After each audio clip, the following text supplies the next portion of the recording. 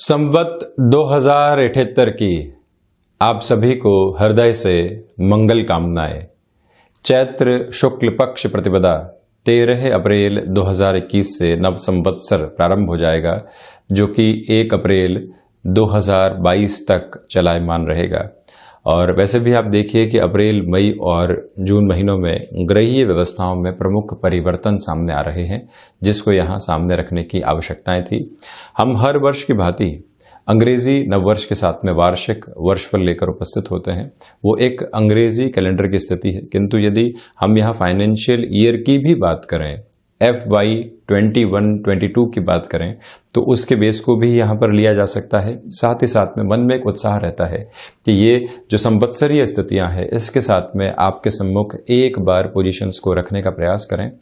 13 अप्रैल 2021, जैसा मैंने आपको बताया, चैत्र शुक्ल पक्ष प्रतिपदा के दिन क्या स्थितियां यहाँ ग्रहीय आधार और नवग्रहीय वर्णन के साथ में रहने वाली है, इसको हमने यहाँ पर रखने का प्रयास किया है, जिससे कि हम जान पाएं कि इस भावी वर्ष के अंदर हम अपनी फाइनेंशियल प्लानिंग को किस तरह से बढ़ा सकते हैं। यहाँ जो एक प्रिसाइज बेस के साथ में मैं चलने का प्रयास करूँगा, वो एक आर्थिक आधार है। वहाँ पर आप अपने निवेश आदि की स्थितियों को कैसे देख सकते हैं, तो वहीं स्वास्थ्य की प्रक्रियाएं क्या क्या रही है, प्रमुख तौर पर जो ग्रह हैं उनका जो दृष्टि निक्षेपण है वो क्या आधार दर्शा रहा है, ये भी जानने की आवश्यकताएं रहेंगी। तो इस समय की अवधि में आप देखिए कि जो अप्रैल का महीना है, इसमें 6 अप्रैल 2021 को ही, यानी कि संवत 2077 में ही जो देवगुरु की स्थितियां हैं वो यहाँ अपने नीचस्थ आधार से निकलकर कुंभ राशि में प्रवेश कर जाएगी। और वहीं पर ये भी समझा जाना आवश्यक है कि 20 जून 2021 एक तारीख ऐसी रहेगी जहाँ देवगुरु बृहस्पति एकादश भाव में ही, यानी कि जो लाभ भाव है, यहाँ पर वक्री हो चुके होंगे। इसी के साथ में 14 सितंबर 2021 से ही देवगुरु बृहस्पति यहाँ पुनः मकर राशि में प्रवेश कर जाएंगे, किंतु वक्री ही रहेंगे। 18 अक्टूबर 2021 एक ऐसी तारीख रहेगी जहाँ पर देवगुरु बृहस्पति इसी राशि में, यानी कि मकर में ही चलते हुए मार्गी हो जाएंगे। और 20 नवंबर 2021 से जो नव संवत्सर की समाप्ति की स्थितियां रहेगी, वहां तक देवगुरु बृहस्पति कुंभ में ही चलायमान रहेंगे।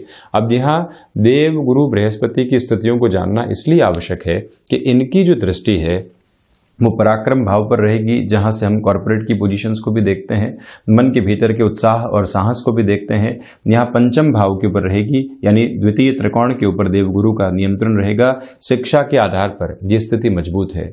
9वीं दृष्टि जब यहाँ सप्तम भाव पर रहने वाली होगी, तो कहीं न कहीं गृहस्थ जीवन के साथ में जो भी अटकी हुई स्थितियां थी, वहां पर भी सुख के आधार बनने वाले होंगे। वहीं आप देखिए कि शनिदेव की जो स्थितियां हैं, मंगल प्रदान राशि के जातकों के लिए इस पूरे ही वर्ष के अंतराल में दशम भाव में ही चलायमान रहेगी। भाग दौड़ के लिए तैयार रहिए, भाग दौड़ के साथ में सम्मान के लिए तैयार रहिए। सम्मान के लिए हम जो चेष्टाएं कर सकते हैं, उसके लिए खुद को लगातार प्रिपेयर करते रहिए। ये सारे ही आधार यहाँ सामने आते हैं। किंतु 23 मई 2021 एक ऐसी तारीख रहने वाली है जहां शनिदेव स्वराशि में चलते हुए एक तरह से दशम और एकादश भाव के अधिपति यहाँ कर्म भाव में ही वक्री हो जाएंगे। 11 अक्टूबर 2021 एक ऐसी तारीख रहेगी जहां तक शनिदेव यहाँ कर्म भाव में उत्तरोत्तर बलि केंद्र में ही वक्री रहने वाले होंगे। ये एक प्रमुख स्थिति। तो वहीं गौर करने लायक बात यह है कि शनिदेव 10वीं दृष्टि से अपने उच्च राशि स्थान को देखने वाले होंगे, जहां लंबे समय अंतराल तक देवगुरु बृहस्पति की भी दृष्टि रहेगी। राहु और केतु भी इस संवत्सरीय स्थितियों के अंदर अपने परिवर्तन की ओर नहीं होंगे, वृषभ और वृश्चिक के साथ में चलायमान रहेंगे। तो इसी वजह से वाणी संबंधित कामकाज पर नियंत्रण पुरजोर तरीके से रखे जाने की आवश्यकता रहेंगी। ये भी एक प्रमुख बात रहेगी कि हिडन प्रॉब्लम्स का आकस्मिक तौर के ऊपर आना और आपका स्थिर रहकर उसका समाधान खोजना, ये प्रक्रियाएं भी यहाँ सामने रहने वाली है। तो वहीं सूर्यदेव 14 अप्रैल 2021 से ही जो एक तरह से अपना उच्च राशि स्थान है वहां प्रवेश कर जाएंगे। तो इसी वजह से जो महीने की शुरुआत हो रही है वो पूरी ही ऊर्जा के साथ में और महीने के साथ ही साथ में जो वर्ष की एक तरह से शुरुआत हो रही है उसके अंदर भी जो आपकी एनर्जी का लेवल है वो बहुत शानदार तरीके से बना रहने वाला होगा। जब व्यक्ति प्रथम दिन के अंदर ही उत्साह के साथ में किसी कामकाज की ओर जाता है तो वो रुकने और थकने वाला नहीं होता।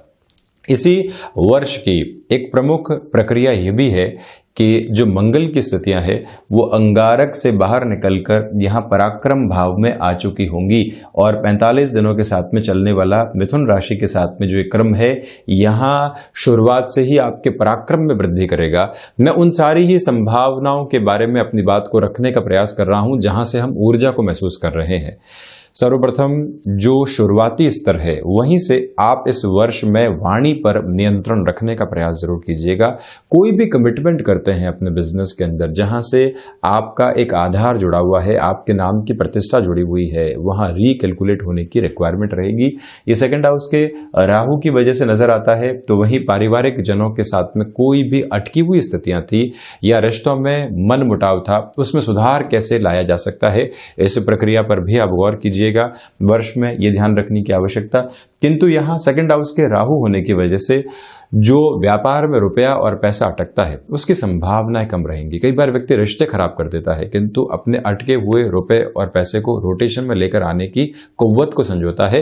ये स्थितियां आपके साथ रहने वाली है। शुरुआती स्तर से ही मंगल का जो ये आधार है, आप यदि किसी भी परिवर्तन की ओर जाना चाहते हैं, मैं ये जो अप्रैल और मई के महीने के प्रवास काल रहेंगे, यानी कि अप्रैल महीने का दूसरा पखवाड़ा और मई महीने का जो पहला पखवाड़ा रहेगा, सूर्य और मंगल के आधार पर ये बात कहना चाहता हूं कि आपके लिए भाग्य का सहयोग है। चेंजेस की ओर जाना चाहते हैं, यह समय अति महत्वपूर्ण है। और वहीं देव गुरु बृहस्पति भी जब कुंभ राशि स्थान में शनिदेव के महान्यायाधिपति के राशि स्थान में चलायमान रहे, ये समझने की रिक्वायरमेंट रहती है कि जब मंगल के ऊपर बृहस्पति का दृष्टि निक्षेपण रहेगा, प्रमुख तौर के ऊपर आप चेंजेस की ओर जा सकते हैं। एक पॉजिटिव इंडिकेशन की प्रक्रिया साथ में जुड़कर चलायमान रहने वाली होगी।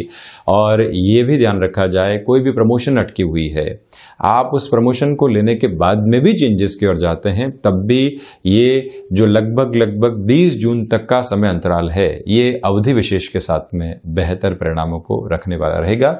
किंतु भाइयों के साथ शुरुआती स्तर से ही संबंधों का बहुत ज्यादा आप ख्याल रखने का प्रयास कीजिएगा, ये एक निवेदन है।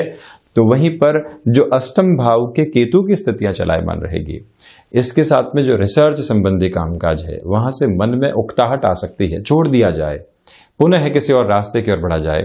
ऐसी गलतियों से भी बचना बहुत ज्यादा आवश्यक है, ये एक प्रमुख निवेदन है आपसे। किंतु यहाँ जो मेटल संबंधी कामकाज है वो आपके लिए एक बेहतर प्रक्रिया में पॉजिटिविटी की अप्रोच को देने वाले होंगे ही होंगे। विदेश संबंधी आधार के साथ में इस स्थिति को कहीं ना कहीं निर्णायक कहा जा सकता है। आपने जो एजुकेशन हासिल की है उसके बूते जॉब लगती है और उसी के साथ में आप अपने सफर को आगे बढ़ाते हैं। ये सारी प्रक्रियाएं यहाँ पर आपके लिए पॉजिटिव अप्रोच को देने वाली हो सकती हैं। इसी के साथ में आप देखिएगा कि मैं यदि भाग्य की बात करूं, इस वर्ष की स्थिति के अंदर यानी 13 अप्रैल से लेकर जो 1 अप्रैल 2022 तक का समय अंतराल है, इसमें प्रमुख तौर पर जो ये 13 अप्रैल 2021 से लेकर 20 जून 2021 तक का टाइम रहेगा, यहाँ पर भाग्य का सहयोग आपके लिए बेहतर तरीके से रहेगा। और इसके बाद में 20 नवंबर 2021 से लेकर जो 1 अप्रैल 2022 तक का अंतराल है, यहाँ पर भी जो फॉर्च्यून का एक तरह से सपोर्ट आपको मिलना चाहिए वो पूरी ताकत के साथ में उपस्थित रहने वाला है। इसके अलावा जो भी दिन बचते हैं, आपको भाग्य के साथ में कर्म में और तीव्रता लाने की आवश्यकताएं रहेंगी। इस एक बात को नोटिस करके चलना होगा, हायर एजुकेशन के साथ में कोई भी निर्णय लेना है उसमें जो ये 20 जून 2021 से 14 सितंबर 2021 तक का पूरा ही समय अंतराल रहने वाला है, ये अति महत्वपूर्ण है। आप देखें कि एजुकेशन और हायर एजुकेशन दोनों ही हाउसेस के साथ में देव गुरु बृहस्पति प्रमुख संबंध बना रहे हैं। वजह क्या है, आप देखिए कि यहाँ से जो 7वीं दृष्टि है वो सूर्य देव के राशि स्थान पर और शिक्षा भाव पर रहेगी और स्वयं उच्च शिक्षा भाव के अधिपति होकर एकादश भाव में रहने वाले होंगे। यहीं से बात चली है तो मैं आपको ये भी बता दूं कि शेयर मार्केट संबंधी कामकाज में स्पेक्यूलेशन और साथ ही साथ में जो भाग्य का सहयोग होना चाहिए वो भी प्रमुख प्रक्रिया के साथ आपके लिए रहने वाला होगा। शुक्र की स्थितियां भी यहाँ जब मेष राशि स्थान के भीतर आ जाएगी तो आपकी जो इंट्यूटिव पावर है वो भी लगातार बढ़ती चली जाएगी। इस वर्ष का ये भी एक प्रमुख आधार।